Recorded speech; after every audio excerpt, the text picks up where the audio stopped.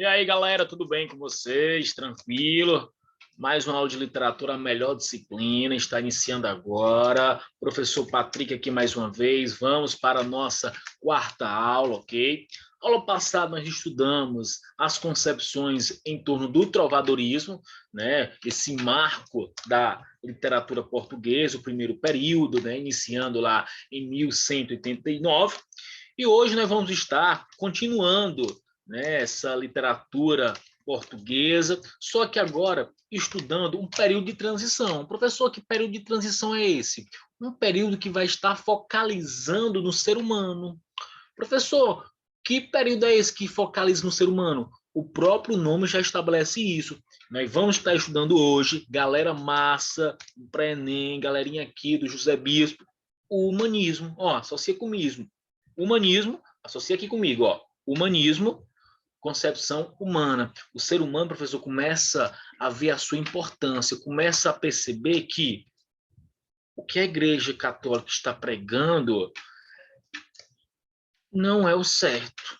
O ser humano começa a enxergar que ele, de certa forma, é o que vai estar explicando a sua origem. Professor, então, o humanismo aqui está ligado ao aspecto do renascimento? Basicamente esse contexto. Patrick, nós podemos considerar o humanismo, esse período de transição, iniciando em que data? 1434, com a nomeação de Fernão Lopes, ok? Olha só que interessante, ó. Olha só que interessante esse aspecto humanista, humanismo. Ó, vem aqui comigo, se aproxima, respira fundo.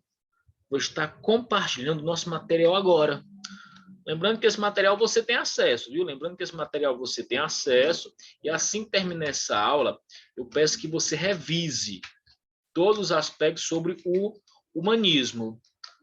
Aqui é o nosso material, apresentação aqui, tudo certinho. E vamos que vamos. Vem aqui comigo na melhor disciplina, a melhor disciplina de todos os tempos. Vem aqui comigo, ó. Humanismo, aula 4, né? Seguindo aí esses períodos, esses acontecimentos em torno da literatura de língua portuguesa. Vem aqui comigo. Ó, humanismo, essa imagem, professor, vai estar evidenciando o quê? Esse contato com si mesmo, a importância de estudar o próprio corpo, o próprio pensamento.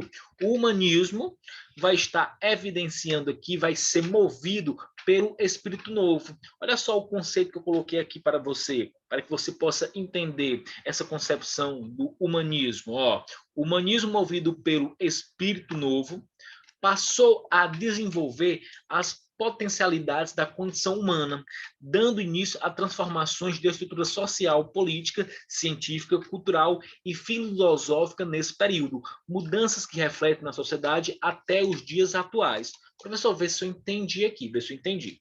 Quer dizer que o pensamento aqui vai mudar? Vai. Lá no trovadorismo que nós estudamos, as cantigas lá, as cantigas líricas, cantigas satíricas, o pensamento lá era o teocentrismo. Aqui no humanismo, professor, qual vai ser o pensamento? Antropocentrismo. Quem está no centro agora, colega? Quem está no centro agora? O ser humano, o homem. Ah, professor, entendi. Por isso tem esse nome, né? Exatamente. O humanismo tem esse nome, pois todas as atenções agora, ó, todas as atenções vão estar voltadas para o próprio ser humano, ok? Vem aqui comigo, ó, se aproxima. Contexto histórico. Professor, por que contexto histórico? Não esqueça o que eu falei para você. Cada período que você for estudar, você vai ter que entender o contexto histórico, as características dos principais autores. Quando você for estudar o romantismo, vou entender o contexto histórico, características dos principais autores. Patrick, quando eu vou estudar o realismo, mesma sequência. Contexto histórico, situação, o cenário. Olha só a situação, o cenário presente aqui no humanismo. Entre a Idade Média e o Renascimento do final do século XV ao início do século XVI, a arte e a literatura passaram por um período de transição denominado humanismo. Professor, como assim período de transição? Porque aconteceu de modo bem rápido. Ó. Como eu falei para você, o humanismo vai estar iniciando na data de 1434 e vai finalizar em 1527. Pois 1527 nós já vamos estar estudando o classicismo.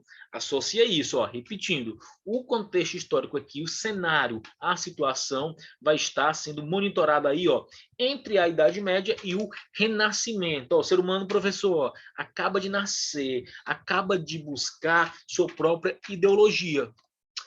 Humanismo português. Veja só, o humanismo português foi um período rico em prosa. Olha só, rico em prosa. Se lá no trovadorismo, o foco era as cantigas, essa aproximação entre texto e música, aqui no humanismo, o aspecto importante da literatura vai ser baseado em prosa. Patrícia, o que é prosa? Eu expliquei para você lá na nossa aula de número 2. Prosa, todo o texto apresentado em parágrafos. Associa isso, ó. Destacando em sua produção o trabalho do historiador Fernão Lopes. Patrick, quem é esse Fernão Lopes? Galerinha, Fernão Lopes aqui, ó, é de suma importância para que você entenda o humanismo. Ele vai ser nomeado o cronista-mor desse período. Professor, o que é cronista-mor? Como se fosse aquele fofoqueiro, ó, aquele que fosse escrever tudo baseado ao rei, como se fosse aquele escrivão oficial do rei. Ah, entendi. Quer dizer que toda a escrita agora, ó, vai estar girando em torno de Fernão Lopes, ok? Ele que vai contribuir para a historiografia portuguesa. No humanismo aqui, quem vai se destacar? Fernão Lopes, por ser o cronista, e Gil Vicente. Lembrando, galerinha, que Gil Vicente, guarda esse nome. É um autor muito cobrado aí, muito citado nos vestibulares. Gil Vicente, que escreveu, né, O Alto da Barca do Inferno, que eu vou já estar detalhando sobre ele. E Gil Vicente vai se destacar aqui na concepção de texto dramático. Tá lembrado que é texto dramático? Ah, professor, eu tô lembrado. Aquele texto encenado, dramatizado, exatamente, conforme o que eu expliquei para você lá na aula 2. Lembrando que o texto dramático é aquele texto que vai estar evidenciando os autos, né, os teatros, justamente. Concepção de Gil Vicente, que mais adiante, colegas, eu vou estar detalhando para que você possa gabaritar a sua prova do Enem. Vem aqui comigo, ó. Humanismo em Portugal. Vê se eu estou entendendo, professor. Início do teatro português, a historiografia, né? As crônicas, construção oficial, a geografia, professor. Conforme eu falei na aula passada, eu vou estar detalhando, ó, as agiografias. Olha o conceito aqui, colega. A agiografia consiste na biografia ou no estudo da vida de santos. Associa isso, ó. A geografia consiste na biografia ou no estudo da vida de santos. Cronicão, professor, o que são os cronicões? Se refere à crônica produzida na Idade Média, composta por fatos históricos e significativos. Geralmente, galera, essas crônicas aqui vão estar girando em torno do rei, né? Vão estar girando em torno do rei, e se a gente observar, quem vai estar desenvolvendo essas crônicas é Fernão Lopes, que é o quê? O cronista mor. Quem foi que nomeou, professor? O rei, ok? Ó, destacando. Humanismo, dois nomes importantes aí para você, ó, não esquecer, você revisar. Fernão Lopes e Gil Vicente. Vem aqui comigo. Apresentar um pouquinho a importância, né, desse camarada. A crônica e história de Fernão Lopes, ó. Fernão Lopes foi incumbido de relatar a história dos reis portugueses. Como assim, professor, incumbido? Você tem essa missão, meu amigo, ó. A partir de hoje, no meio de você aqui, você vai detalhar a vida dos reis, detalhar esses aspectos importantes, esses acontecimentos, para que nós possamos ter uma história aqui, para que as nossas próximas gerações possam ler, de fato, o que você vai estar detalhando nos dias atuais. Ok? Ó, associa comigo. Fernão Lopes aqui, o principal responsável pela historiografia da língua portuguesa. Olha só como a literatura é importante. Emprego de uma linguagem mais coloquial e a citação de manifestações de caráter popular, né? O rei vai determinar aí que ele apresente um texto aí trabalhando esses aspectos, essas feições, para chamar o público, para que o público tenha, né, de certa forma, o gosto, possivelmente, de procurar mais sobre a historiografia da língua portuguesa. Retratou as contradições e os movimentos da sociedade portuguesa medieval. Associa aqui comigo, ó. Associa comigo. Professor, então, o humanismo aqui que nós estamos estudando aí vai estar detalhando esses aspectos justamente, como falei para você, esse aspecto da sociedade portuguesa em torno da concepção medieval aí. Associa isso. Não esqueça mais, o humanismo vai estar trabalhando isso, ok? Fernão Lopes, grande responsável aqui, né, por apresentar esses primeiros fatos da língua portuguesa. Lembrando que Fernão Lopes, depois, mais adiante, ele vai ser citado, inclusive, pela família real, como um, né, dos criadores aí da historiografia da língua portuguesa, ok? Professor, por que estamos estudando tanto a língua portuguesa? Para que nós possamos entender a origem da literatura brasileira, aquela literatura que é o foco do Enem, que é o foco da sua aprovação. Vem aqui comigo, ó. Mais adiante. Fernão Lopes, de certa forma, ele escreveu essas 3 obras. A Crônica, né, del Rei, de Dom Pedro I, a Crônica del Rei, de Dom Fernando, e a Crônica del Rei, de Dom João I. Foram as 3 obras aí mais importantes, as obras, né, que Fernão Lopes se destacou. Poesia palaciana, ó. A poesia palaciana, como eu falei para você, o foco aqui, galera, agora vai ser evidenciar, de certa forma, esse aspecto totalmente humanista. Professor, qual é a visão mesmo aqui que eu já esqueci? A visão é antropocêntrica, ok? Não é mais teocêntrica, é antropocêntrica.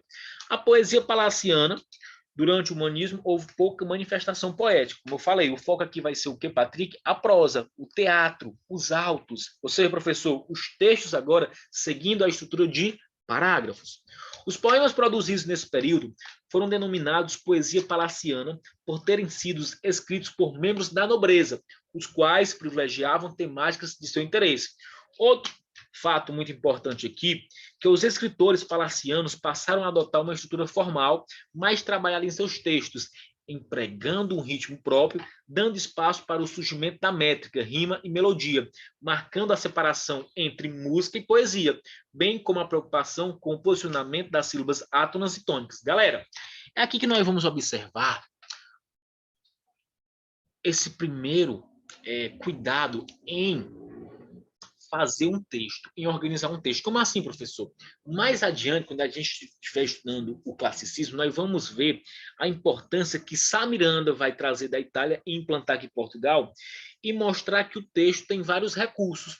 O texto, a poesia, ela pode ser apresentada em 14 versos, com 2 quartetos, 2 sonetos, ou seja, é nesse contexto aqui que vai ter a implantação de normas e regimentos, que eu vou estar medindo o meu próprio verso, saber quantas sílabas poéticas tem ali, que eu vou estar observando se aquele texto, Patrick, ele tem em cada verso 10 sílabas poéticas. Se aquele texto é um soneto, é aqui nesse contexto, galera, que vai surgir a primeira ideia de organização, de classificação da poesia. Professor, o que é poesia? Os textos apresentados em versos, ou seja, os poemas. Associa isso. Vem aqui comigo. O teatro de Gil Vicente, ó, é a parte aqui que os vestibulares, quando eles citam, né, o humanismo, eles costumam cobrar do candidato sobre o teatro de Gil Vicente, a importância desse homem nesse período aqui no humanismo. Gil Vicente foi o grande representante do teatro em Portugal, ele quem vai estar puxando as cortinas para que o teatro possa alavancar nesse período. Um dos elementos mais característicos da obra vicentina é a sátira. Professor, o que é sátira? Ó, críticas, com peças que criticavam qualquer classe social. Ó. E uma crítica bastante interessante aqui, Gil Vicente, vai ser sobre a igreja. O Alto da Barca do Inferno, que eu vou estar detalhando mais adiante. Ok? Se a gente observar, até coloquei 2 vezes para você associar isso. Ó. Um dos elementos mais característicos da obra vicentina é a sátira. É a sátira. Não esqueça, professor, o que é sátira? Críticas em torno dos problemas sociais, o que vai estar acontecendo aqui. E uma das obras que vai se destacar no Alto da Barca do Inferno aqui de Gil Vicente é a seguinte concepção. Olha só como essa obra foi classificada. Inclusive, colegas, essa obra aqui, ela é cobrada constantemente no vestibular da UPE, na Universidade de Pernambuco.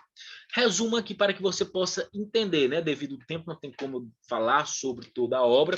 Mais adiante eu vou estar citando essa obra novamente.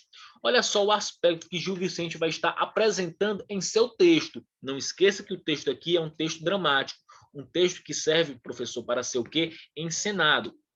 Também conhecido como Alto da Moralidade, o Alto da Barca do Inferno, escrito em 1517, foi representado ao rei Dom Manuel I de Portugal e a Rainha Leonor. A peça, que contém um único auto, pertence ao conjunto da trilogia das barcas, que contempla também o alto da barca do purgatório e o alto da barca da glória.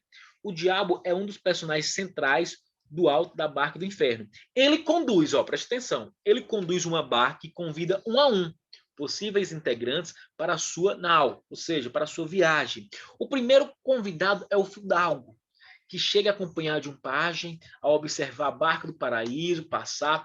O fidalgo vê um anjo e pede para entrar, mas é recusado. Professor, como é essa obra? Galera, uma barca aqui vai entrar vários personagens e vai estar apresentando aí o capeta, né, e os anjos. E eles vão aqui, julgar quem de fato merece entrar no paraíso e quem de fato merece ir para o inferno. Julgar aqui perante os atos que esses personagens fizeram na Terra. O que eles fizeram de bom. Vai criticar, professor, aqui algum personagem em especial? Vai. Aqueles personagens que estavam ligados à igreja e cometiam barbaridades. O segundo convidado é o anzeneiro, ele também vai parar, assim como o fidalgo, na barca rumo ao inferno. O terceiro a surgir, curiosamente, o primeiro a ter um destino feliz, é o parvo. Olha só, o parvo, né? Aquele camarada que vai matar, mas ele vai matar as pessoas, professor, porque ele tem uma função, porque ele tem uma lógica. E essa ação dele aí, vai estar julgando aí, vai ser o resultado de um aspecto que Gil Vicente vai estar abordando aqui na sua obra, que é o que, professor? O aspecto da concepção social. Aquele camarada que se preocupa com o povo. Ele vai estar, de certa forma, parvo aqui, cometendo alguns crimes, mas com aquela índole de tentar salvar o próximo. E é isso que Gil Vicente, no Alto da Barca do Inferno, vai estar explorando aqui na obra.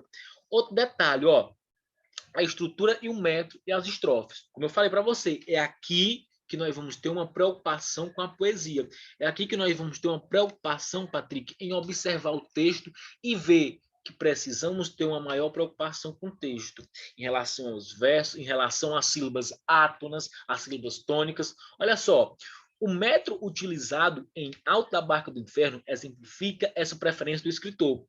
A barca, se a gente observar, professor, a maioria dos versos vão estar apresentando 7 sílabas poéticas, conhecido como a medida nova, né? Medida nova aí, implantada nesse contexto, E se a gente observar aqui, lembrando que nós vamos estudar de modo detalhado essa contagem de sílabas sobre a métrica, né? As sílabas átonas, as sílabas tônicas, lá no classicismo. Se a gente observar aqui, a contagem das sílabas poéticas é totalmente diferente da contagem da classificação silábica, ok? Por exemplo, professor, carroça. Nós sabemos que os dois R se separam, né? Na contagem silábica. Porém, aqui, na poesia, no verso, o aspecto que você precisa observar é o som. É o som. Um único som evidencia o que, professor? Uma única sílaba, ok? Olha só o detalhe aqui, professor. As palavras que vão estar rimando aí, A análise da métrica da primeira estrofe percorre a obra, acompanhando as mais de 100 estrofes de 8 versos, as oitavas, com esquema rímico, geralmente em A, B, B, A, C, C, A. Professor, o que é isso, Galera, se a gente observar o A aí, ao inferno todavia. Todavia vai rimar com que palavra? Ah, professor, todavia vai rimar com havia. É justamente isso. Quando você observa uma palavra com o mesmo aspecto sonoro, você vai procurar qual é a outra palavra que tem esse mesmo aspecto sonoro, esse aspecto sonoro semelhante. Todavia vai estar rimando aqui com havia, para mim vai estar rimando com que vivi, ok? Olha só, havia, fantasia, adorado, estado, e toda vez que eu encontrar uma palavra rimando com a outra, eu vou colocar uma determinada letra para saber quais são as palavras que vão estar rimando aqui. Lembrando que esse processo da rima, ele será muito bem detalhado lá no parnasianismo, com a Larbilac, por exemplo, processo das rimas ricas. São palavras que vão estar rimando uma com as outras e essas palavras pertencem a classes gramaticais diferentes, ok? Associa isso, Primeiro aspecto aqui que você precisa associar no humanismo, o ser humano vai estar observando o seu próprio estado, o seu próprio pensamento, o ser humano acordou, está associado, professor, aqui ao renascimento, e nós vamos estar observando agora, Patrick, um cuidado maior com as nossas produções. um cuidado maior com o teatro, esse aspecto aqui ligado ao humanismo, esse período de transição da literatura portuguesa, que é o que você precisa associar, o que você precisa entender para compreender tintim por tintim da literatura brasileira, ok? Resumo aqui da aula. Patrick, foi que nós estudamos na aula de hoje, ó. Estudamos os seguintes aspectos. O humanismo se caracterizou pela mudança da mentalidade europeia, que passava a valorizar o homem e suas descobertas, distanciando o domínio da igreja. Volto a destacar, ó, essência aqui. Professor, por que tem esse nome? Porque o ser humano agora, ele quem está no centro. O pensamento aqui, professor, é teocêntrico? Não, é antropocêntrico. Ou seja, professor, o humanismo vai se caracterizar pela essa mudança da mentalidade europeia, que vai estar passando a valorizar o homem e suas descobertas. Associa isso. Outro aspecto que nós estudamos na aula de hoje. Fernão Lopes foi o primeiro cronista a embasar seus relatos em documentos históricos. Também se notabilizou pela valorização estética em seus textos. Ou seja, professor, Fernão Lopes aqui, ó, o responsável pela historiografia da língua portuguesa nesse contexto aqui. Fernão Lopes, professor, conforme eu expliquei para você aqui na aula de hoje, ele que vai estar detalhando os acontecimentos aqui. Né? Ele que fez, professor, a biografia aí de alguns reis, né? Dom João I, Dom Pedro I, conforme eu falei na aula de hoje.